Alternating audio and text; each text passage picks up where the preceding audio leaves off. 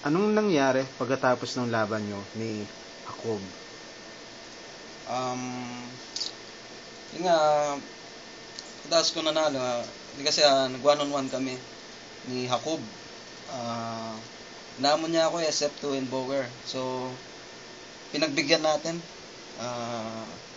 Yun, medyo, sabihin ko na, nakachamba ako. Nakachamba na, basta nakachamba na lang siguro ako nun eh. Hindi ko alam. Pero halos din ako bumili ng item nun eh. Hindi na rin ako nag-skill. Normal lang yung mga ganun. So, ito ngayon, tapos nga, siguro mga 2 years na yung nakakalipas. Makita nyo, medyo busy. We're handling a very large corporation and a call center. And so, there's lots of responsibilities. The point is, wala akong practice. Wala na akong practice, wala na akong laro. And lately, naririnig ko yun sa dami ng mga fans na humingi talaga ng rematch. Kahit sa labas, grabe.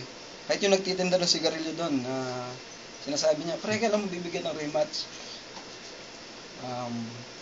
So tingin ko, napapanahon na talaga para bigyan ng rematch. After 2 years. Parang mali.